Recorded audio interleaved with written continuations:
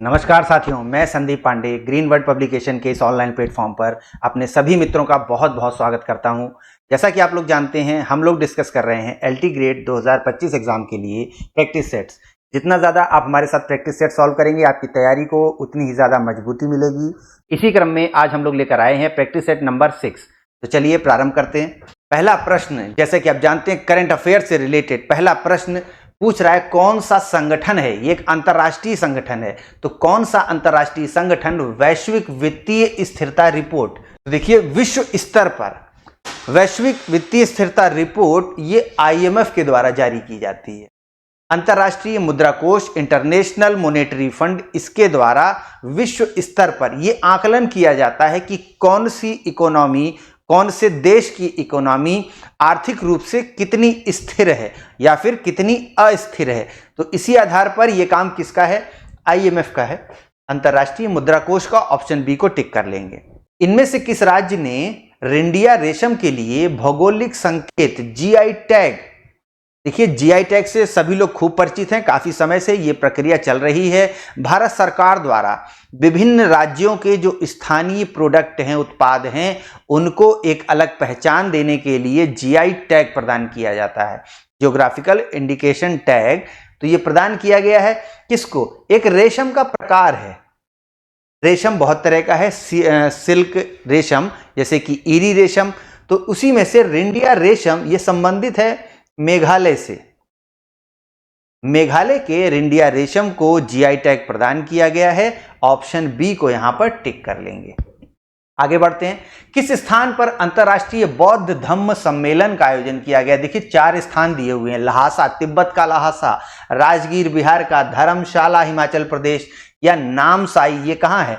ये है अरुणाचल प्रदेश में, अरुणाचल प्रदेश में, और यही है आपका सही आंसर। ठीक है, नामसाई अरुणाचल प्रदेश में अंतरराष्ट्रीय बौद्ध धम्म सम्मेलन का आयोजन किया गया है। ऑप्शन डी को यहां पर टिक करेंगे। आगे बढ़ते हैं, अगले प्रश्न को देखिए। वैष्णववाद के प्रमुख समर्थक आपसे पूछे जा रहे हैं।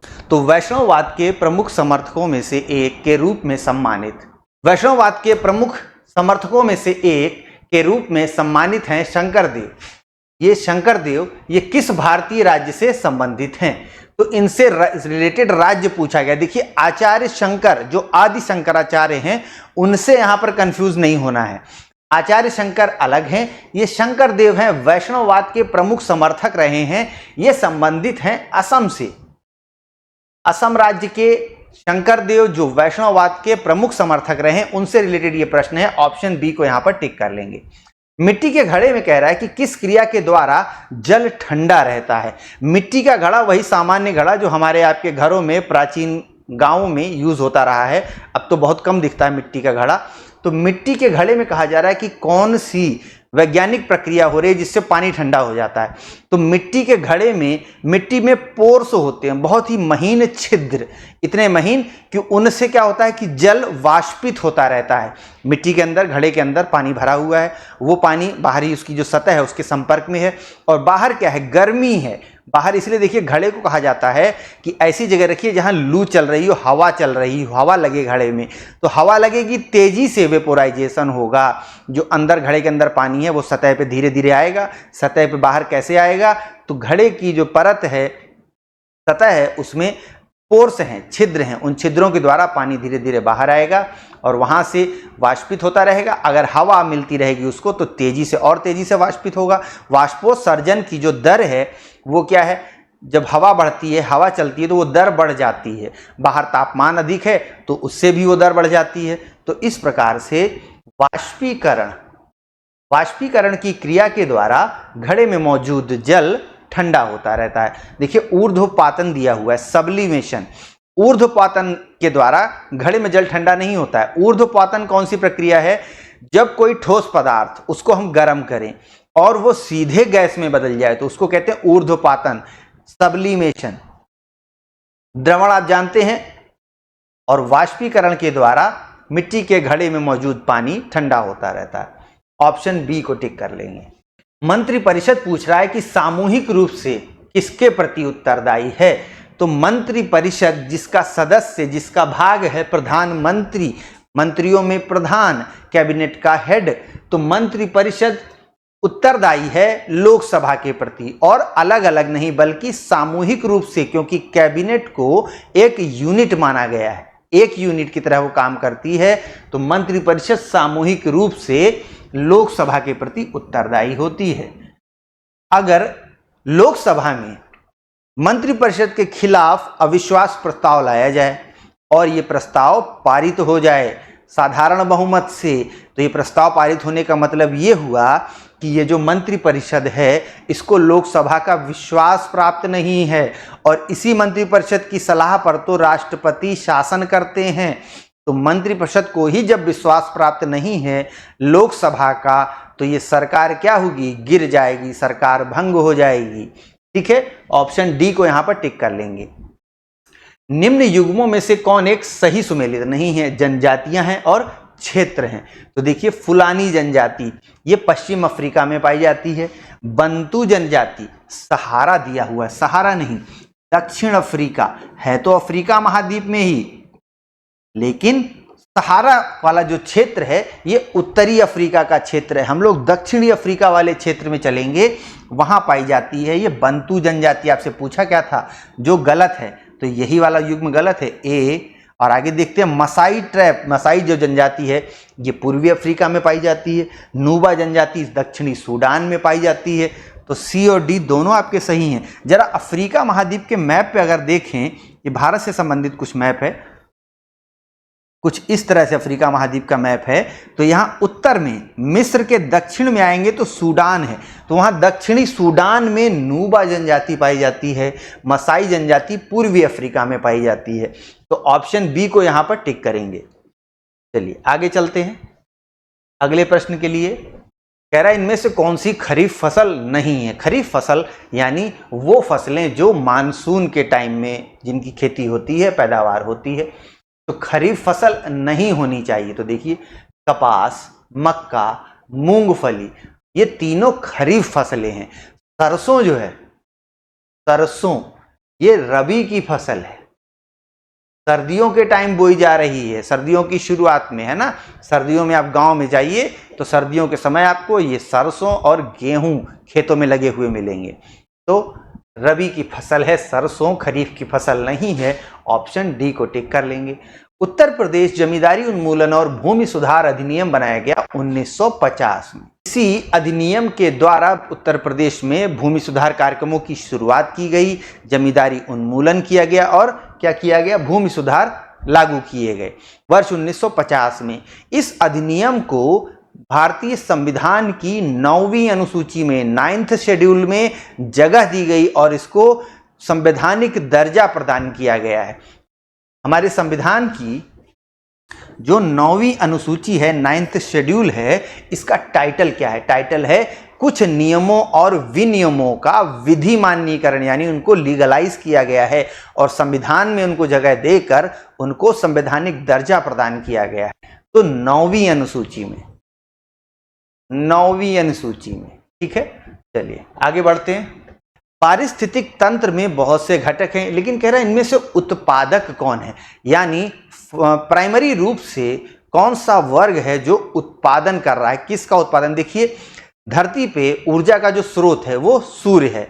सूर्य की एनर्जी को केवल एक प्रजाति है जो क्या कर सकती है, यूज कर सकती है भोजन बनाने में। कौन? पेड़ पौधे, हरे पेड़ पौधे, वही क्या करते हैं, सूरज की एनर्जी से भोजन बनाते हैं। फिर उन हरे पेड़ पौधों को, घास को खाकर जो शाकाहारी जीव हैं वो भोजन प्राप्त करते हैं, ऊर्जा प्राप्त करते हैं।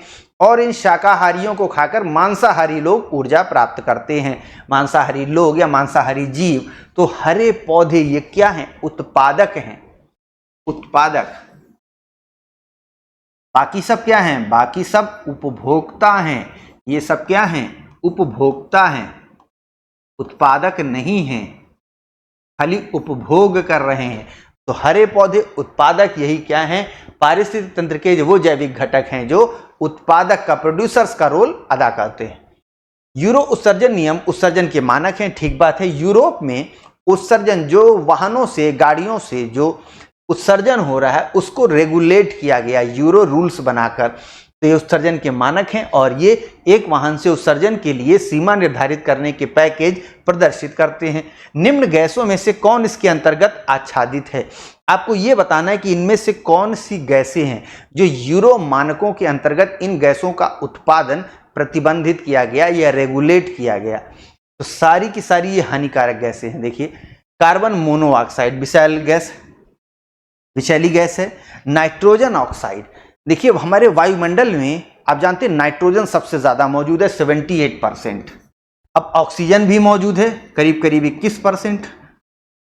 तो नाइट्रोजन और ऑक्सीजन दोनों वायुमंडल में मौजूद है, लेकिन नाइट्रोजन ऑक्सीजन से क्रिया करके नाइट्रोजन के ऑक्साइड्स नहीं बना रहा है। क्यों नहीं बना रहा है? क्योंकि नाइट्रोजन के ऑक्साइड बनने के लिए हाई टेम्परेचर की जरूरत होती है।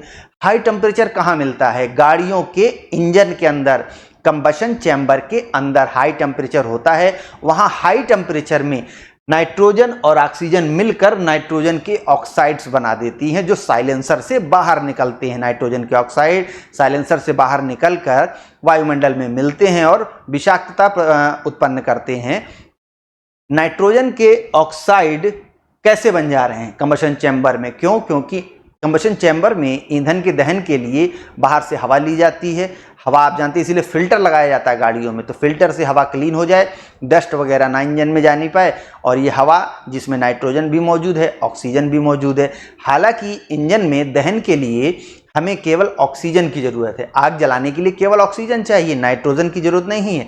लेकिन वायुमंडल से ऑक्सीजन ली जा रही तो नाइट्रोजन भी साथ में जा रही है और चैम्बर में जाके नाइट्रोजन के ऑक्साइड बन जाएंगे। तो ये भी क्या है? प्रदूषण उत्पन्न करती है। हाइड्रोकार्बन्स, तो पेट्रोलियम हम पदार्थ यूज कर रहे हैं, उनके दहन से हाइड्रोकार्बन तो बनेंगे ही। तो तीनों ही आच्छादित हैं, तीनों ही कवर्ड हैं यूरो मानकों के अंतर्गत। तो उपर्युक्त सभी, ऑप्शन डी को टिक करेंगे, उपर्युक्त सभी।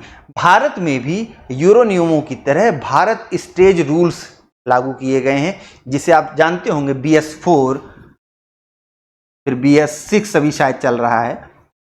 तो इस प्रकार से यूरो नियमों से ही ये क्या है? प्रभावित हैं। आगे बढ़ते हैं।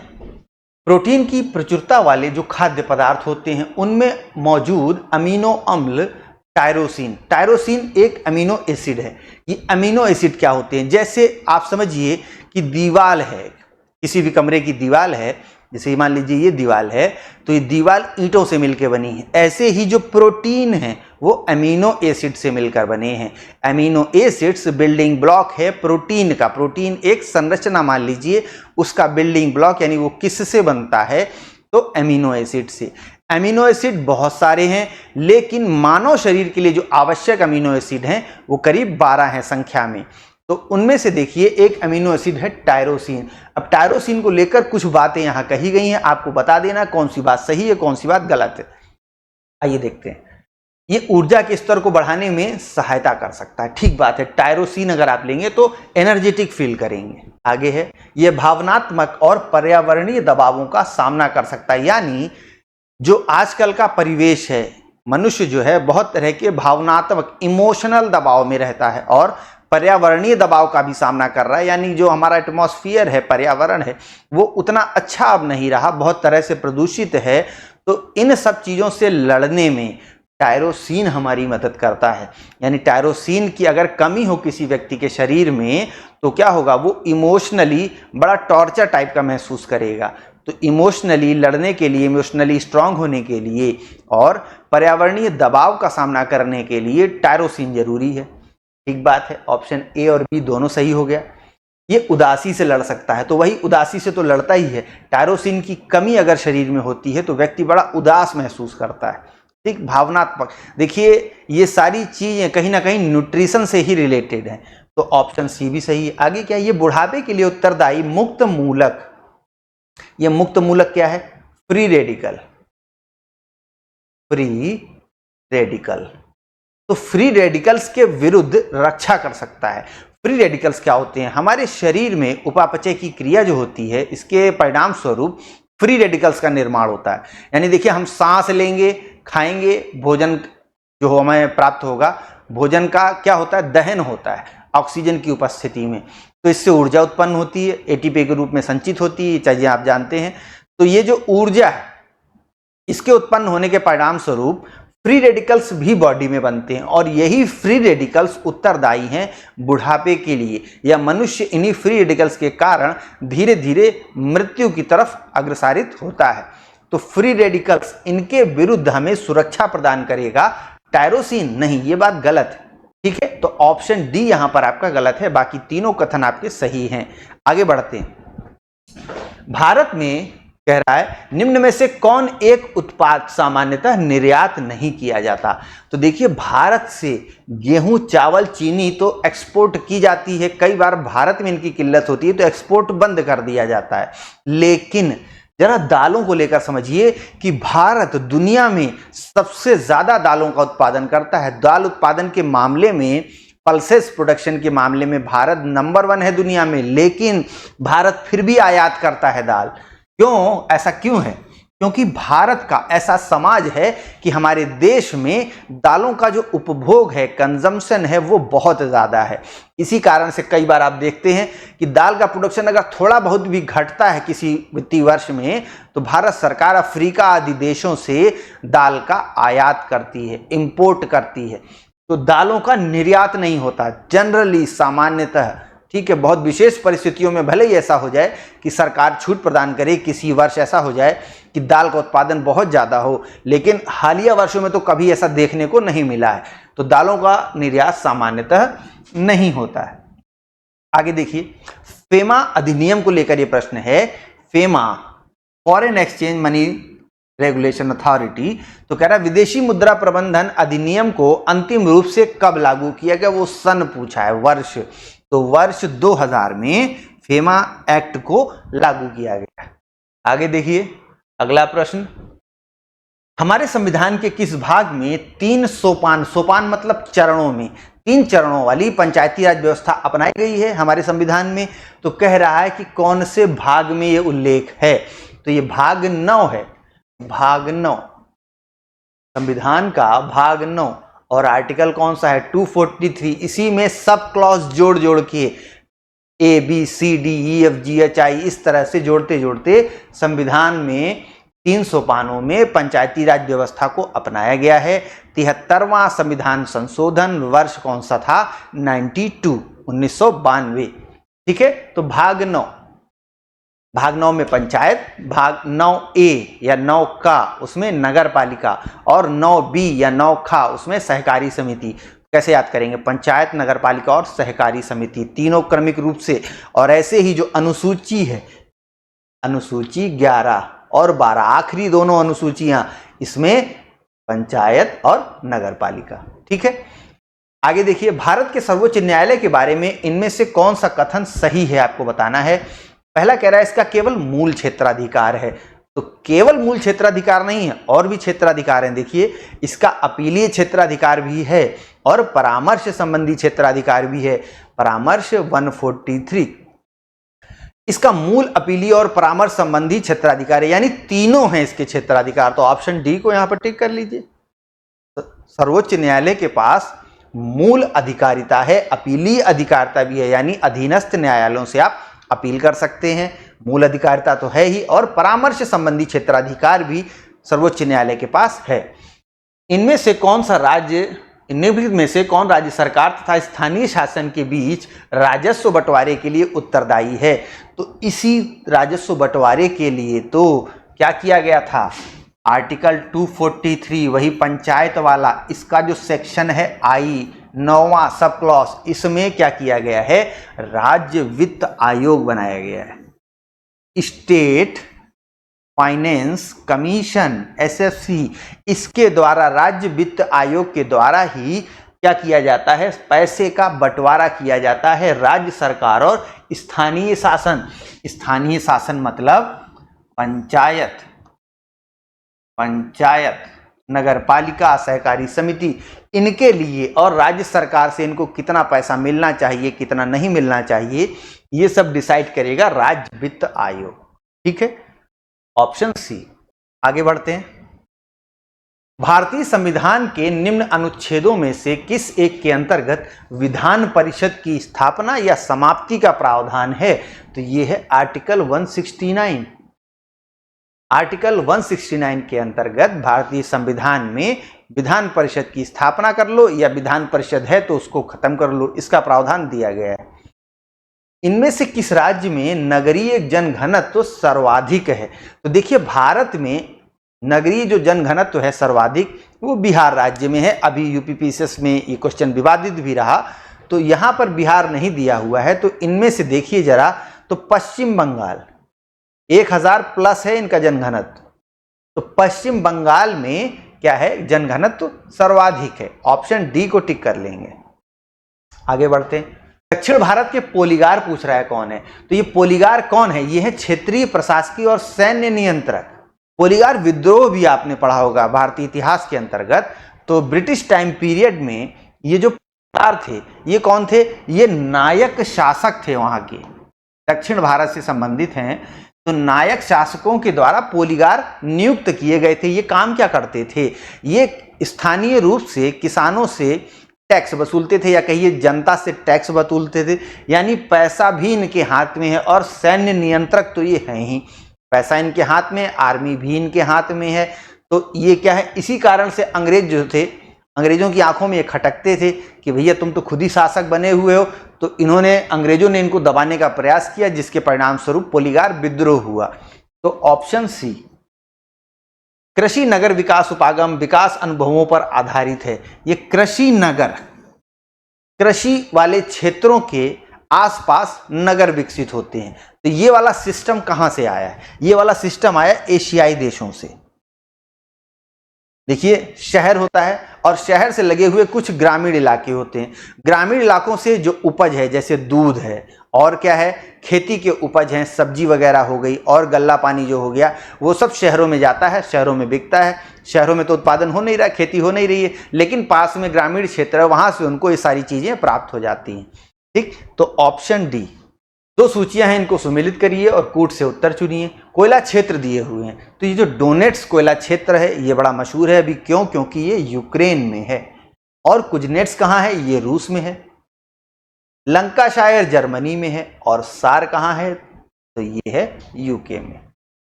सॉरी, लंकाशायर, हाँ यूके में। लंकाशायर तो यूके में है, ये तो बड़ा फेमस है। और जर्मनी में सार है। 4 3 2 1 कहाँ दिया हुआ है? ऑप्शन बी में। आगे बढ़िए। एक निश्चित आकृति में मौजूद ताराओं का समूह क्या कहलाता है? तो ताराओं का समूह अगर एक निश्चित आकृति में है तो उसको नक्षत्र कहते हैं। नक्षत्र एक छोटा समूह है, 3 नक्षत्र मिलकर या कई नक्षत्र मिलकर एक राशि बनाते हैं, जिसको आप पढ़ते हैं ना, हमारी ये राशि है, तुम्हारी कौन सी राशि है, ये राशि। तो नक्षत्र की यहां पर बात है।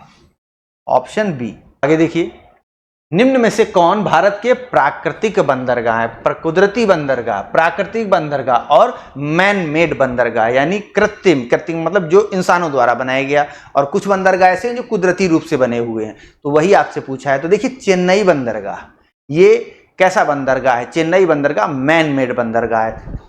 तूतीकोरिन जो बंदरगाह है ये भी मैन मेड बंदरगाह है। तो कोच्चि और विशाखापट्टनम ये कैसे हैं? ये नेचुरल है, प्राकृतिक है। तो 2 और 4 आपसे प्राकृतिक पूछा है, तो ऑप्शन डी। ठीक है, ऑप्शन डी को टिक करेंगे। आगे देखिए, किसने कहा था कि तिलक भारतीय शांति के जनक हैं? ये तो वैलेंटाइन शिरोल का बड़ा ही फेमस कथन है। उन्होंने बाल गंगाधर तिलक को भारतीय अशांति का जन्मदाता कहा है। Valentine Chirol, V Chirol. Option A को टिक कर लेंगे। माउंटबेटन योजना आधार बनी इनमें से किस चीज का? ब्रिटिश शासन की निरंतरता का आधार बनी? नहीं। उसके बाद तो देखिए ब्रिटिश शासन खत्म हो रहा है। सत्ता के हस्तांतरण की, देश के विभाजन की, या सांप्रदायिक समस्याओं के समाधान की? तो समाधान इन्होंने कहाँ किया? इन्होंने तो यही कहा ना, देश का विभाजन। माउंटबेटन आए और उन्होंने फाइनली देश का विभाजन कर दिया, या कहिए इसका तो एक लंबा इतिहास भी रहा है। सभी दल भारत के सहमत हुए और पाकिस्तान के रूप में एक अलग देश का निर्माण हुआ। तो ऑप्शन सी यहां पर ठीक है। आगे देखिए, इनमें से कौन जहांगीर के दरबार में ब्रिटिश शासक या ब्रिटिश राजा जेम्स प्रथम का राजदूत बनकर आया था? तो यही तो आए थे captain Hawkins, captain William Hawkins. Hector नामक जहाज से, जहाज का नाम भी जान लो, हेक्टर कब आए थे? 1608 में। 1608 में हेक्टर नामक जहाज से ये कैप्टन विलियम हॉकिंस आए थे भारत, और भारत में उस समय शासन किसका था? जहांगीर का शासन था। और ये जो विलियम हॉकिंस आए थे तो उस समय ब्रिटेन में राजा कौन था? तो यही थे जेम्स प्रथम। ठीक है, तो जेम्स प्रथम के दूत बनकर ये आए थे भारत में 1608। और ये जो हेक्टर जहाज था ये ईस्ट इंडिया कंपनी का था जहाज। ईस्ट इंडिया कंपनी कब बनी है? सन 1600 में, दिसंबर 1600। तो ऑप्शन ए को यहां टिक कर लेंगे। आगे देखिए, कह रहा है मैथ का क्वेश्चन है कि किन्हीं दो बिंदुओं को मिलाने वाली रेखा क्या कहलाती? तो इसको रेखाखंड कहते हैं, सीधा सीधा है। Option B. इनमें से किसे प्रायः लघु हिमकाल माना गया है? यानी छोटा हिमकाल एक आया है। देखिए ये सभी जो समय आप देख रहे हैं ए बी सी में, देखिए ये तो ईसवी वाले समय हैं, जबकि आप पढ़ते हैं कि एक महान युग, हिमयुग रहा, एक लंबा आइस एज रहा, कब?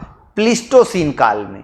तो उसकी यहां पर बात नहीं हो रही, छोटा हिमकाल, क्योंकि एक ऐसा समय आया जब ग्लेशियर्स में वृद्धि हुई और जो उत्तरी गोलार्ध है, उत्तरी गोलार्ध 0 डिग्री के उत्तर वाला हिस्सा, यहाँ उत्तरी गोलार्ध में ग्लेशियर्स में वृद्धि हुई और तापमान भी अपेक्षाकृत रूप से कम रहा। तो ये समय है 1650 से 1870 ईस्वी का। ठीक है, इसको कहा जाता है लघु हिमकाल। जनरल नॉलेज की दृष्टि से बड़ा ही इंपॉर्टेंट ये क्वेश्चन है, इसको बिल्कुल ध्यान में रखेंगे। आगे बढ़ते हैं। सुमेलित करना है, दो सूचियां हैं। देखिए वाटरफॉल दिए हुए हैं, जलप्रपात, इनको सुमेलित करना है उनकी अवस्थिति से, किस देश में कौन सा वाटरफॉल पाया जाएगा। तो आइए प्रारंभ करते हैं। एंजेल जो जलप्रपात है ये तो वेनेजुएला में है। तुगेला कहाँ है? ये दक्षिण अफ्रीका में है। और यूटी गार्ड ये कहाँ है? ये नॉर्वे में है। और मोताराजी जिम्बाब्वे में है। 3-1-4-2 ऑप्शन बी। पृथ्वी के आंतरिक भाग में ऊष्मा जनन का मुख्य कारण क्या है? पृथ्वी का आंतरिक भाग बड़ा गर्म है, तो यहां पर ये गर्मी कहां से आ रही है? ये हीट कहां से प्रोड्यूस हो रही है? कैसे पता कि पृथ्वी का आंतरिक भाग गर्म है? तो देखिए ये जो ज्वालामुखी विस्फोट होते हैं इसमें से लावा निकलता है। लावा क्या है? पिघली हुई चट्टानें हैं। सोचिए कितना हाई टेम्परेचर होता है लावा का, चट्टानें तक पिघल गई हैं, तो ये हीट आ कहां से रही है? तो सबसे पहले तो समझिए कि पृथ्वी जो है इसका अपना गुरुत्वाकर्षण है, और ये गुरुत्व बल कहाँ काम करता है? इस गुरुत्व बल की दिशा क्या है? तो पृथ्वी एक गेंद की तरह समझिए, और जो इस गेंद का केंद्र है अंदर, उस केंद्र की ओर पृथ्वी सभी चीजों को खींचती है। ये गुरुत्वाकर्षण का नियम है, और न्यूटन का सार्वत्रिक गुरुत्वाकर्षण का ये नियम है। सार्वत्रिक मतलब यूनिवर्सल है, यानी पूरी दुनिया में ये नियम है कि कोई भी दो पार्टिकल एक दूसरे को अपनी ओर खींचते हैं। और इसके लिए फार्मूला उन्होंने निकाल के दिया m1 m2/r²। तो इस फार्मूले के तहत कौन ज्यादा खींच पाएगा? जिसका द्रव्यमान ज्यादा होगा उसका गुरुत्वाकर्षण बल ज्यादा होगा। तो पृथ्वी का द्रव्यमान बहुत ज्यादा है, मास बहुत ज्यादा है, तो गुरुत्वाकर्षण बल भी बहुत ज्यादा है। इसके मुकाबले जो इस पर रहने वाले जीवधारी हैं या और जो संरचनाएं हैं उनका द्रव्यमान कम है, तो उनका गुरुत्वाकर्षण बल प्रभावी नहीं हो पाता है। इसी तरह से देखिए चंद्रमा है, आकार में छोटा है, तो चंद्रमा पे जो ग्रेविटी है वो पृथ्वी का 1/6 है, 1/6। तो जैसे जो यात्री गए हैं वहां पर आप देखेंगे कि वो उछल उछल के चलना पड़ता है उनको। क्यों? ग्रेविटी बहुत कम है। धरती जो है वहाँ की, चंद्रमा की जो जमीन है वो हम लोगों को वहाँ पर स्थिर नहीं रख पाती है, या कहिए हमारा अभ्यास नहीं है वहाँ पर चलने का। और जो ग्रह हैं जैसे जुपिटर, सैटर्न जैसे ग्रह जो और भी बड़े हैं, वहाँ पर ग्रेविटी और भी ज़्यादा है। ठीक, जैसे सन है, सूर्य है, सूर्य का द्रव्यमान पृथ्वी से भी कई गुना ज़्यादा है, तो सूर्य की ग्रेविटी सबसे ज़्यादा है। तो इसीलिए हमारी आकाशगंगा के केंद्र में सूर्य है। ठीक, तो यहाँ पूछ रहा है कि पृथ्वी के अंदरूनी भाग में जो हीट पैदा होती है ये कैसे पैदा होती है? तो जो ग्रेविटी है पृथ्वी के केंद्र की तरफ कार्य कर रही है, तो सभी चीज़ों पर जो पृथ्वी की केंद्र से ऊपर की जो परतें हैं उन पर दबाव लग रहा है, और केंद्र की ओर जाते जाते ग्रेविटी बढ़ती जाती है। तो ग्रेविटी के बल से या दबाव से हीट पैदा होती है, और एक कारण इसके साथ और है, वो क्या है कि जो पृथ्वी का आंतरिक भाग है वहां पर रेडियो एक्टिव पदार्थ भी पाए जाते हैं, जिनके विकिरण से भी वहां पर हीट प्रोड्यूस होती है। जरा विकल्पों को देखिए, अब आंसर आपको समझ में आ गया होगा इतना बताने के बाद। रेडियो सक्रिय पदार्थों और गुरुत्व बल के कारण तापीय ऊर्जा पैदा होती है। तापीय ऊर्जा में परिवर्तन से पृथ्वी के आंतरिक भाग में ऊष्मा उत्पन्न होती है।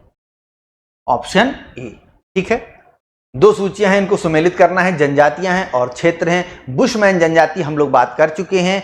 दक्षिण अफ्रीका में आएंगे तो नामीबिया, फिर बोत्सवाना, इसी इलाके में है कालाहारी मरुस्थल। ये वाला देखिए ऑप्शन 4 में कालाहारी मरुस्थल। तो बुशमैन जनजाति यहीं पर पाई जाएगी इस मरुस्थल में। एनु जो जनजाति है ये जापान में होक्काइदो द्वीप है। देखिए होक्काइदो, होन्शु, क्यूशु, उत्तर से दक्षिण यही क्रम है जापान के द्वीपों का। तो इस द्वीप में पाई जाएगी एनु जनजाति। ठीक है। किर्गिज, ये किर्गिस्तान वाली जनजाति है, तो मध्य एशिया में है किर्गिस्तान। तो 4, 1, 2 और मसाई ट्राइब तो आप लोग अभी भी पढ़ चुके हैं, केन्या में। तो 4, 1, 2, 3 ऑप्शन ए। पवन के अपघर्षण कार्य के द्वारा कौन सी स्थलाकृति बनती है? तो पवन के घर्षण, अपघर्षण या अपर्दन के द्वारा स्टोन लैटिस का निर्माण होता है।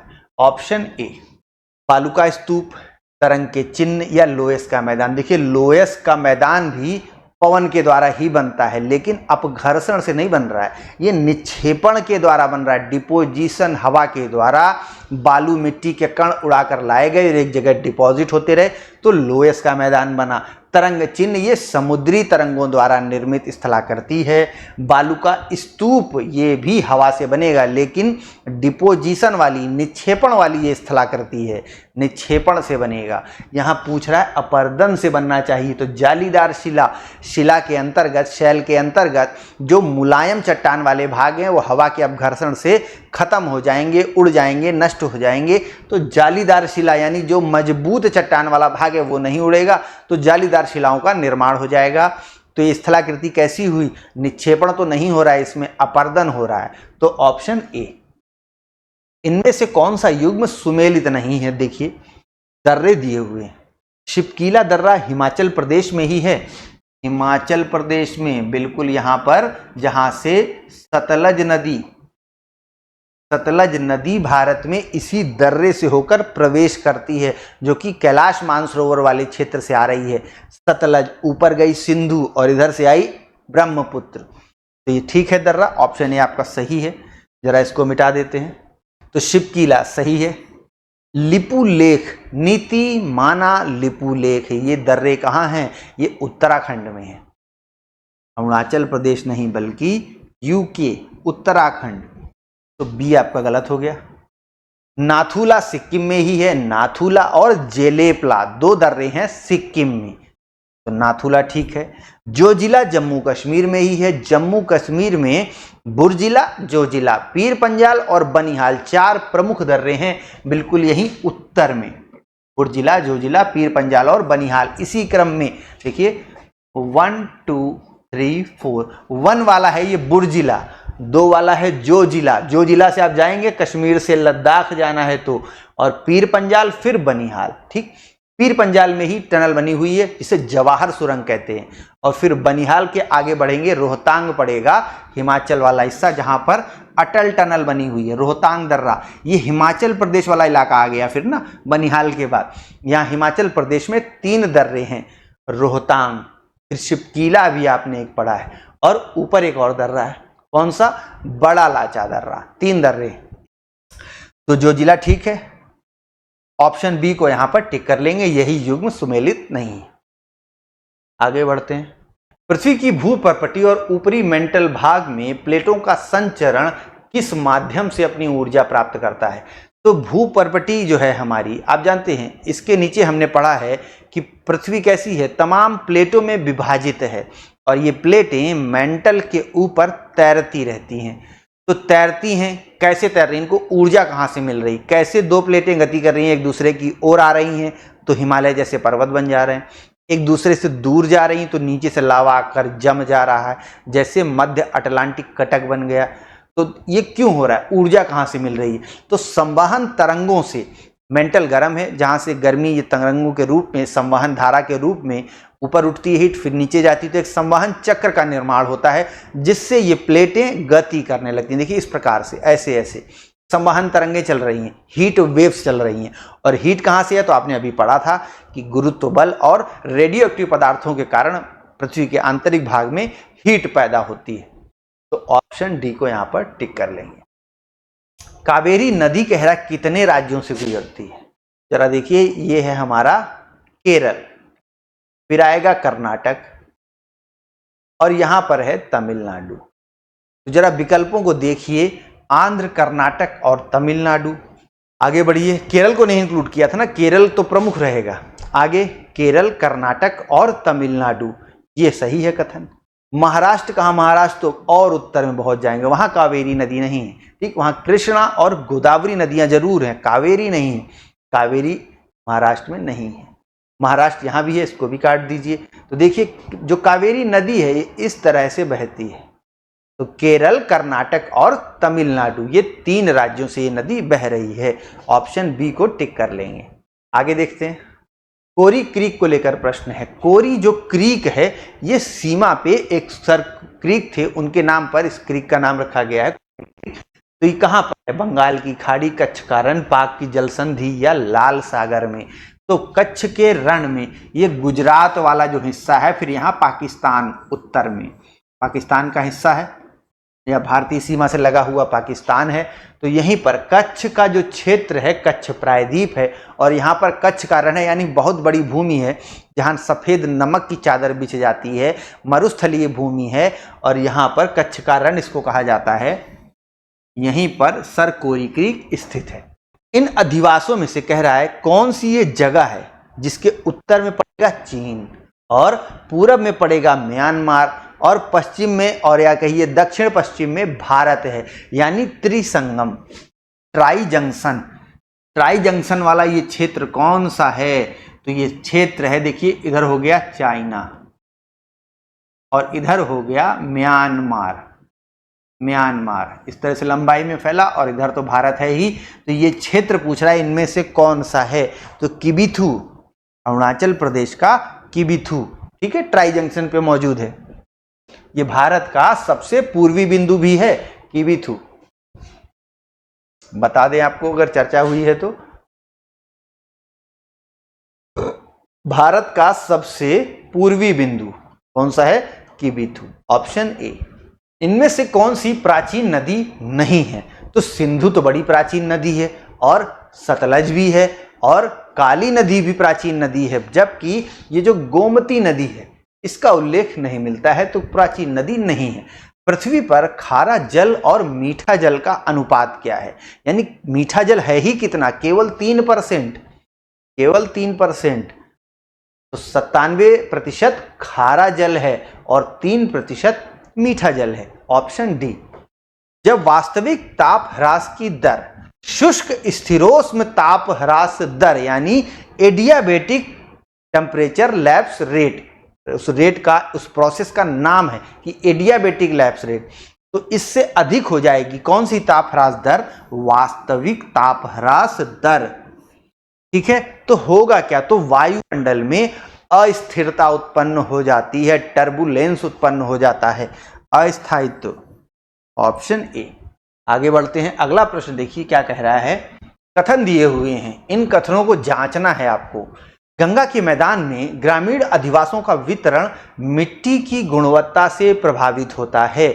जो गंगा मैदान का क्षेत्र है, ये उत्तर का मैदान, जिसे कोपेन क्या नाम देते हैं, CWG। तो इस मैदान में जो लोग बसेंगे, ग्रामीण अधिवास होंगे, जो लोगों की बसावट होगी, वो मिट्टी की क्वालिटी से जरूर प्रभावित होगी। उपजाऊ मिट्टी में जो लोग बसेंगे वो घने रूप से बसेंगे, यानी आबादी सघन होगी। तो यही बात कही गई है कथन ए में, तो ये बात ठीक है। मिट्टियों की गुणवत्ता शैलों के संघटक तत्वों से निर्धारित होती है। तो ये बात तो सही है, मिट्टी की गुणवत्ता, मिट्टी का निर्माण ही कैसे होता है कि जो उसकी आधार शैल है, जिस शैल पे वो मिट्टी डेवलप हुई है, मिट्टी डेवलप ही कैसे होती है, जो शैल है, कोई चट्टान है, उस चट्टान का अपरदन होगा, फिर बहुत से और पदार्थ भी नदी के द्वारा, जल के द्वारा या वायु के द्वारा बहकर उड़ाकर वहां पर डिपॉजिट किए जाएंगे। तो इस प्रकार से समय के साथ धीरे धीरे मिट्टी का विकास होता है, लाखों वर्ष लगते हैं इस प्रक्रिया में। तो जो शैल है, शैल के संघटक तत्वों से मिट्टी की गुणवत्ता या मिट्टी का प्रकार डिसाइड होता है, आधार शैल उसको कहा जाता है। तो ये बात भी ठीक है, ए और आर दोनों सही हैं, लेकिन क्या व्याख्या भी सही है? व्याख्या बिल्कुल सही नहीं है कि गंगा के मैदान में अधिवासों का जो विस्तार है, वितरण है, वो मिट्टी की क्वालिटी से प्रभावित होता है। लेकिन क्योंकि मिट्टी की गुणवत्ता शैलों के संघटक तत्वों से निर्धारित होती है, इस कारण से ये अधिवास प्रभावित हो रहा है, नहीं। ये तो आप मिट्टी की गुणवत्ता या मिट्टी के फॉर्मेशन को बता रहे हैं। तो ए और आर सही है, लेकिन व्याख्या सही नहीं है। देखिए कहाँ दिया हुआ है, ये दिया हुआ है विकल्प बी में। ए और आर दोनों सही हैं, लेकिन आर ए की सही व्याख्या नहीं है, ऑप्शन बी।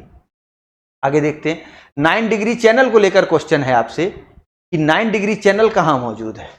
तो जरा इन चैनल्स को देखते हैं। तो देखिए भारत के पास जरा आइए, और 8 डिग्री चैनल भारत के दक्षिण में अगर आप चलेंगे तो मालदीव पड़ेगा, हिंद महासागर में।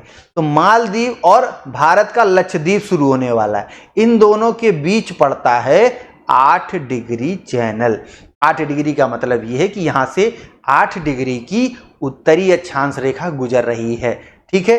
फिर उसके बाद 9 डिग्री का पड़ेगा। 9 डिग्री वाला लक्षद्वीप और मिनिकॉय के बीच पड़ रहा है। ये मिनिकॉय क्या है? लक्षद्वीप एक द्वीपों का समूह है, और मिनिकॉय हमारा ही है, भारत का ही, लक्षद्वीप का ही भाग है। लेकिन लक्षद्वीप के दक्षिण में एक थोड़ा अलग सा द्वीप है, तो इसलिए उसको अलग नाम एक दे दिया गया है, मिनिकॉय। तो वही 9 डिग्री आपसे पूछा है। तो आइए देखते हैं, ऑप्शन ए में ही दिया हुआ है, लक्षद्वीप और मिनिकॉय के बीच, ठीक है। चलिए आगे बढ़ते हैं। थार्नथ्वेट के द्वारा विश्व की जलवायु को कुल कितने भागों में बांटा गया है?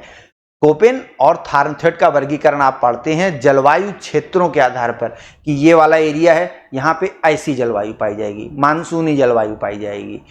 ये वाला एरिया है, यहाँ पर शुष्क जलवायु पाई जाएगी। तो इस तरह से जलवायु का वर्गीकरण या विभाजन कोपेन और थार्नथ्वेट ने अलग अलग किया है।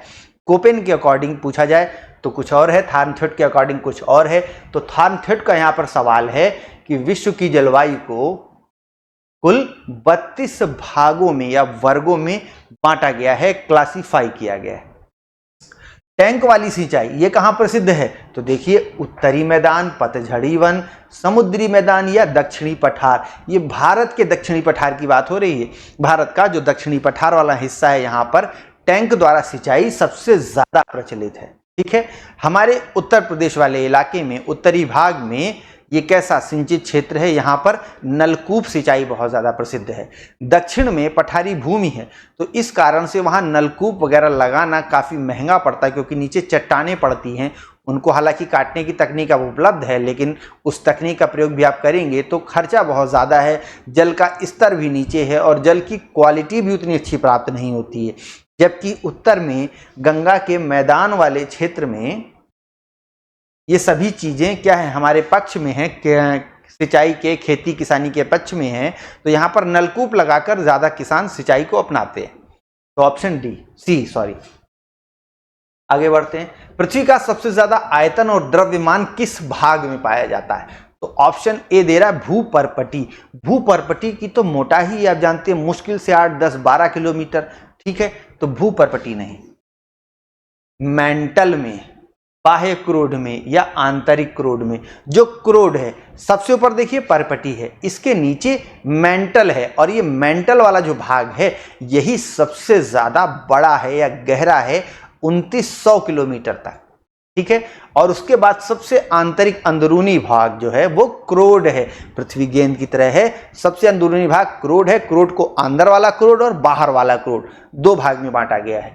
तो सबसे ज्यादा आयतन और द्रव्यमान यानी सबसे बड़ा कौन सा है? तीनों भागों में, भूपर्पटी, मेंटल और कोर, इन तीनों में सबसे बड़ा मेंटल है। Option B. ठीक है। सूती वस्त्र उत्पादक केंद्रों में से कौन सा केंद्र जर्मनी में स्थित है? तो जर्मनी में वूपरताल स्थित है। ये सेंट पीटर्सबर्ग, ये तो रूस में है, ये वाला जर्मनी में है। ठीक है। ब्रेडफोर्ड ये कहां है? ये यूके में है। प्रेटो ये कहां है? ये इटली में है। ठीक है। सूती वस्त्र उत्पादक केंद्र हैं और ये महत्वपूर्ण है, क्योंकि आप देखेंगे जब इतिहास को देखेंगे तो इतिहास में इन केंद्रों ने बड़ी भूमिका निभाई है। और औद्योगिक क्रांति के बाद जब ब्रिटेन में तमाम औद्योगिक मिलें स्थापित हुई, भारत में भी देखेंगे आज़ादी के बाद और आज़ादी से कुछ पहले भी बहुत से सूती वस्त्र उत्पादक मिलें स्थापित की गई और एक प्रकार से उद्योग क्षेत्र में बड़ी क्रांति ये लेकर आए। तो ऑप्शन यहां पर बी। दो सूचियां हैं, सुमेलित करना है, देश है और राजधानी है। ये दक्षिण अमेरिकी देश हैं, बोलीविया, अर्जेंटीना, चिली और पेरू। तो बोलीविया की राजधानी क्या है? ला पाज। अर्जेंटीना की राजधानी ब्यूनस आयर्स, ब्यूनस आयर्स बिल्कुल आप जानते होंगे। चिली की है सेंटियागो और पेरू की है लीमा। तो 2143, 2143 ऑप्शन बी में दिया हुआ है। ठीक है। देखिए राजधानी वगैरह भी याद रहनी चाहिए, है ना। राजधानियों से प्रश्न खूब आने लगे हैं इधर भी कि भैया ऊपर ऊपर का तो बहुत पूछ लिया लेकिन राजधानी नहीं पता है बच्चों को, चलो राजधानी पूछते। अब खूब लोग गलत करके आते हैं। गंगा का मैदान जैव भौगोलिक क्षेत्र के बारे में कुछ कथन है, जरा इन कथनों को देखिए। कह रहा है कि इसका विस्तार राजस्थान से लेकर उत्तर प्रदेश, बिहार और पश्चिम बंगाल तक है। ये बात तो ठीक है। गंगा का मैदान ये पूरा फैला हुआ है यहाँ राजस्थान से लेकर इस तरह से पश्चिम बंगाल तक। तो पश्चिम बंगाल और उत्तर प्रदेश, बिहार आएगा, फिर बिहार झारखंड दोनों आ रहा है और पश्चिम बंगाल तक। झारखंड का देखिए खाली उत्तरी भाग ही आएगा, दक्षिणी भाग थोड़ा सा पठारी होने लगता है। तो एक कथन एक सही है। यह भारत के उर्वरतम क्षेत्रों में से एक है। उर्वरतम मतलब सबसे ज्यादा फर्टाइल, सबसे ज्यादा उर्वर क्षेत्र है भारत का। और वैसे तो मैं तो कहूँ ये विश्व का सबसे उर्वर क्षेत्र है। गंगा का मैदान जो है यहाँ हर साल जलोढ़ मृदा गंगा और उसकी सहायक नदियों के द्वारा लाकर एलुवियल सॉइल जलोढ़ मृदा डिपॉजिट की जाती है, जिसमें बेहतरीन खेती होती है। ठीक है। तो उर्वरतम क्षेत्रों में से एक है और इसका जो विस्तार है वो भारत के संपूर्ण जमीन जो है उसके 11% भाग पर है। ठीक। विस्तार कितने भाग पर? 11% भाग पर। यहाँ जीव जंतुओं, ये सही है कथन, यहाँ जीव जंतुओं, वनस्पतियों और फसलों की प्रचुरता पाई जाती है। तो यही तो हम लोग बात कर रहे थे, फसलों की प्रचुरता तो है ही, वनस्पतियों और जीव जंतुओं की भी प्रचुरता है। जीव जंतु क्यों अधिक हैं? क्योंकि देखिए जीव जंतुओं को क्या चाहिए? अच्छी मृदा है जिसमें अच्छी खेती हो रही, तो यहाँ ज़्यादा आबादी बसेगी और तापमान भी अच्छा है, बारिश भी पर्याप्त होती है, तो प्राकृतिक दशाएं उत्तम हैं, तो जनसंख्या का संकेंद्रण उत्तम है, जीव जंतु, वनस्पति और फसलों की प्रचुरता है। तो तीनों ही कथन आपके सही हो गए। 1 2 3 उपर्युक्त सभी, ऑप्शन डी। आगे देखिए नेशनल पार्क दिए हुए हैं और लोकेशन दी हुई है, पूछा है कोई एक है जो सही है। आइए देखते हैं कौन सा सही है। ये जो इंद्रावती नेशनल पार्क है ये है सीजी, सीजी मतलब छत्तीसगढ़ में, झारखंड में नहीं है। नागरहोल कर्नाटक में है, ये तो सही है। ओरंग असम में है। कहाँ है? असम में। ना कि मध्य प्रदेश में, तो ये भी गलत हो गया। कुदरे मुख, तो ये तो बड़ा मशहूर है, तमिलनाडु नहीं बल्कि कर्नाटक में, ये भी गलत हो गया। कौन सा पूछा था? एक सही सुमेलित है, ये नागरहोल कर्नाटक। ठीक। इन कथनों पर विचार करिए। जो उच्चावच होते हैं वो भूदृश्य में लंबवत ऊंचाई के अंतर को बताते हैं, तो ठीक बात है, ऑप्शन एक आपका सही है। पृथ्वी की सतह का ऊंचा नीचा स्वरूप, इसी को हम कहते हैं स्थलाकृति, तो ये भी ठीक बात है।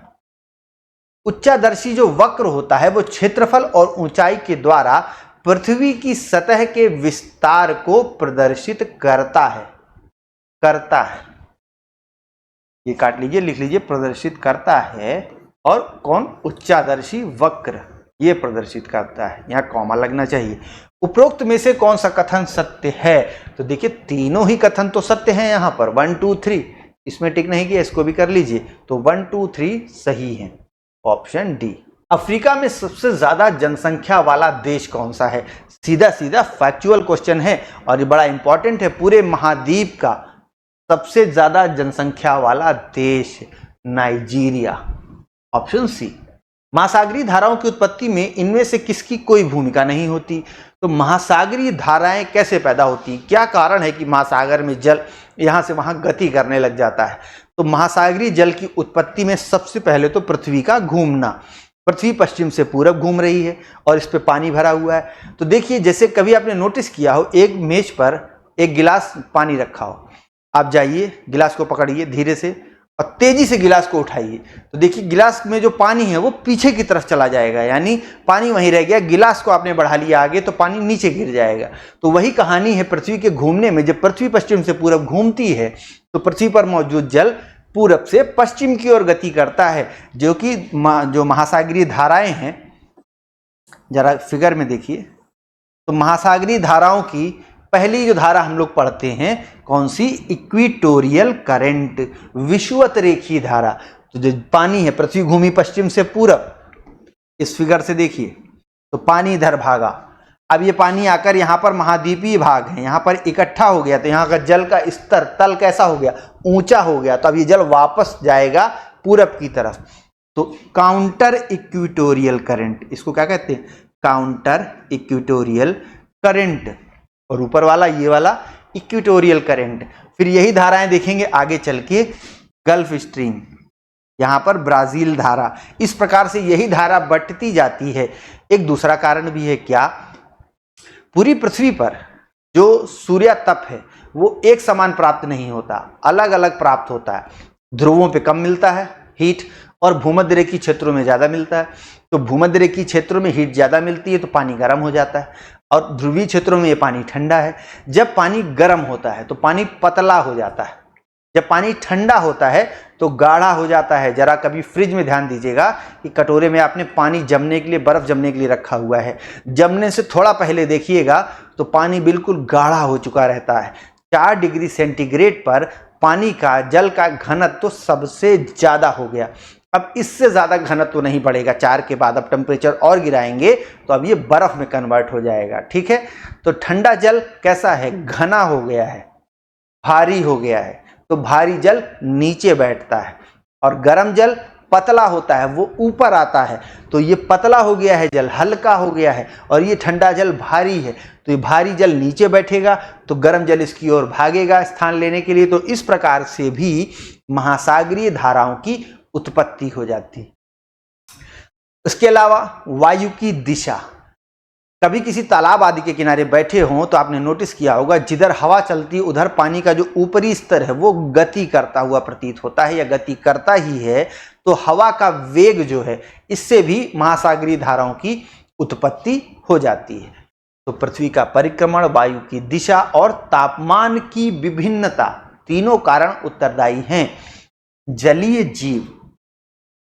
जलीय जीवों का कोई रोल नहीं है कि वो महासागरीय धाराएं चलाएं। ठीक, तो ऑप्शन बी। इनमें से किस राज्य में साइलेंट वैली प्रोजेक्ट स्थापित किया जा रहा है? नहीं था। अब ये प्रोजेक्ट, इसका बड़ा विरोध हुआ तो प्रोजेक्ट ये अधर में लटक गया है। तो केरल में साइलेंट वैली। ट्रेंच दिए हुए हैं और सागर है, कौन सा सही सुमेलित नहीं है आपको बताना है। तो ये जो अलूशियन ट्रेंच है ये तो उत्तरी प्रशांत में ही है, नॉर्थ पैसिफिक में, यूएस के पास अलूशियन ट्रेंच। तो ऑप्शन ए तो सही है। टोंगा गर्त ये दक्षिणी प्रशांत में ही है, ये भी ठीक है। प्यूर्टो रिको गर्त कह रहा है दक्षिणी अटलांटिक, तो दक्षिणी अटलांटिक नहीं बल्कि उत्तरी अटलांटिक। ठीक है, तो सी आपका गलत है। सुंडागर्त हिंद महासागर में ही है, जो सुंडा लैंड भारत का बायोस्फीयर हॉटस्पॉट वहीं पर है। तो ऑप्शन डी ही है। डी, सी वाला गलत था आपका, प्यूर्टो रिको वाला, इसको टिक कर लीजिए। आगे बढ़ते हैं। कोपेन के अनुसार भारत में एएस प्रकार की जलवायु ये कहां पाई जाएगी? तो ये जलवायु पाई जाती है कोरोमंडल तट पर। एएस प्रकार की जलवायु, कोरोमंडल तट कौन सा है?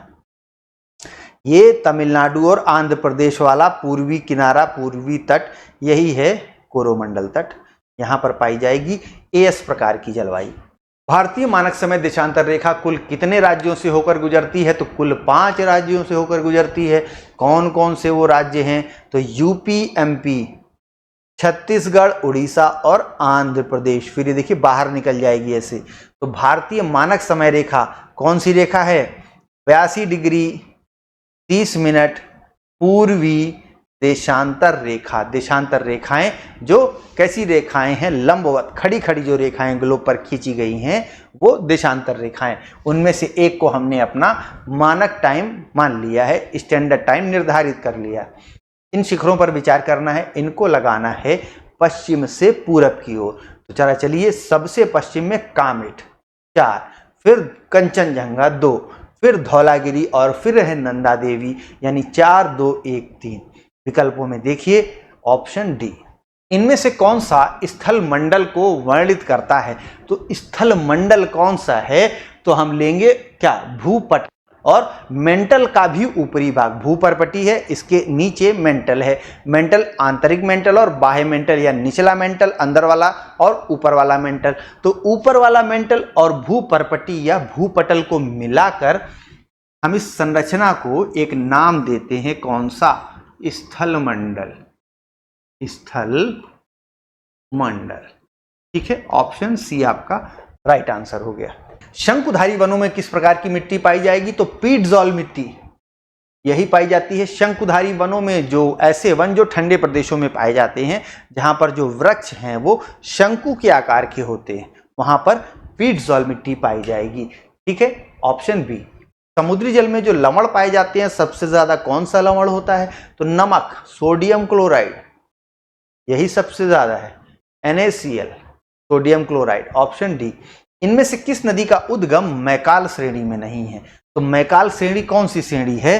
तो देखिए जरा, भारत में सतपुड़ा, महादेव और मैकाल, इस मैकाल श्रेणी से 3 नदियां निकल रही हैं। एक तो है सोन नदी जो उत्तर की तरफ जा रही है, जो गंगा की सहायक नदी है। सोन नदी उत्तर प्रदेश बिहार के सीमा के पास गंगा में मिल जाएगी, सोन नदी। दूसरी नदी है नर्मदा। नर्मदा भी यही मैकाल से निकल रही, लेकिन ये पश्चिम की तरफ बहेगी और यहां आकर ये खंबात की खाड़ी में गिर जाएगी।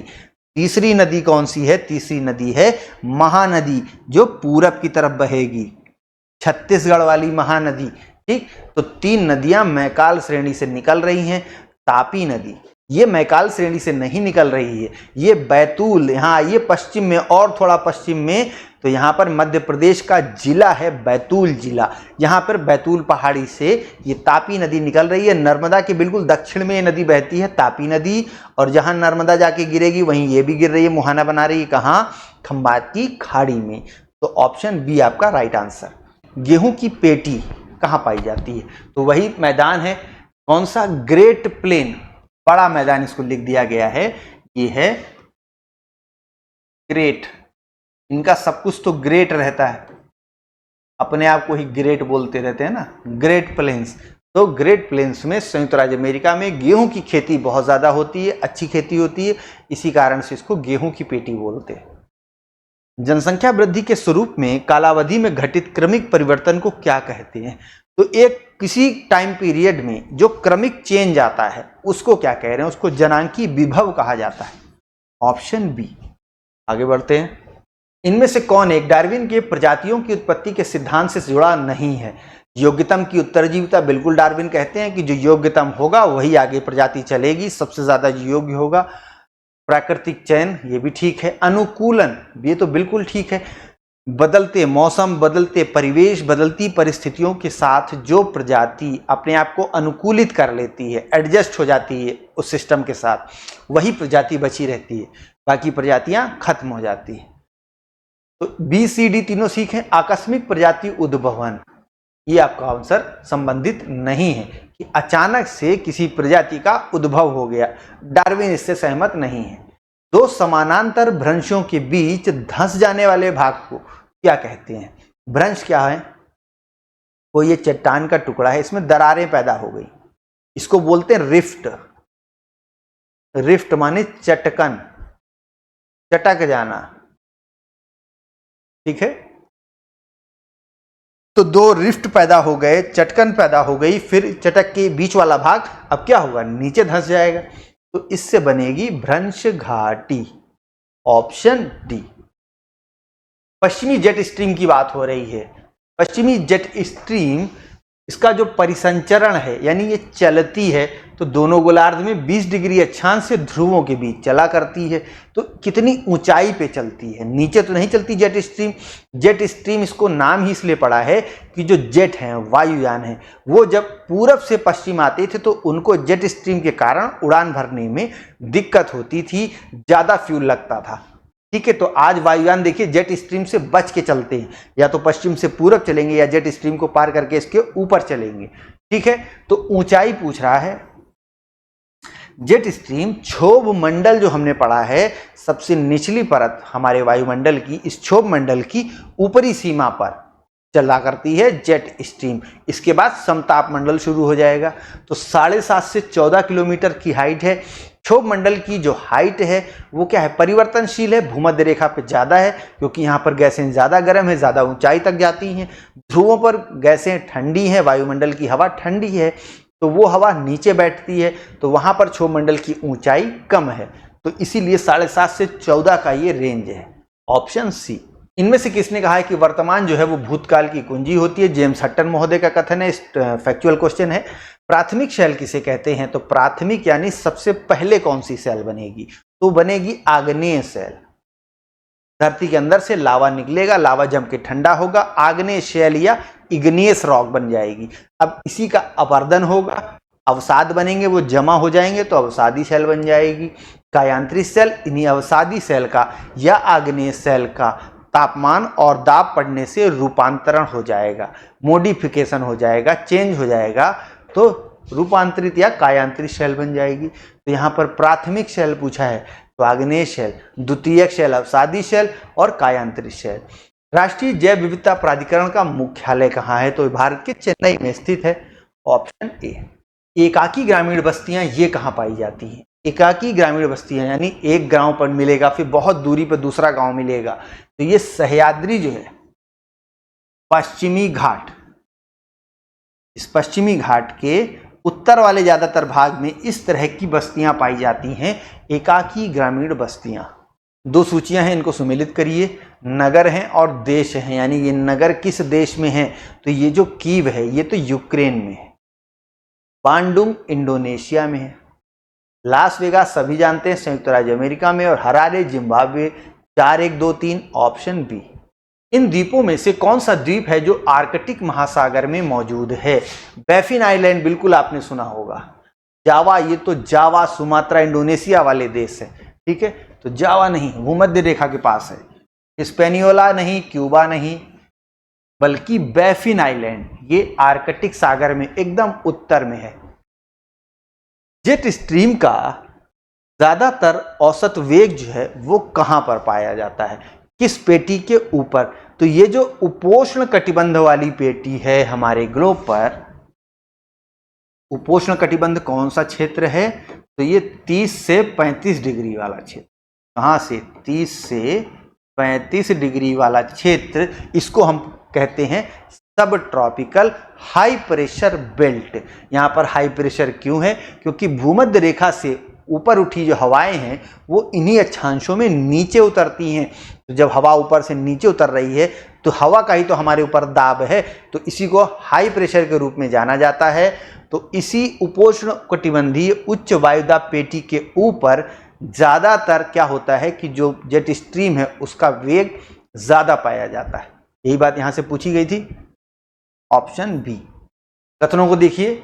वितरिका को लेकर, वितरिका क्या होती? कोई एक नदी है, एक आप पढ़ते हैं डिस्ट्रीब्यूटरी और एक पढ़ते हैं ट्रिब्यूटरी। ट्रिब्यूटरी मतलब इसकी सहायक नदी है, तो वो ट्रिब्यूटरी है।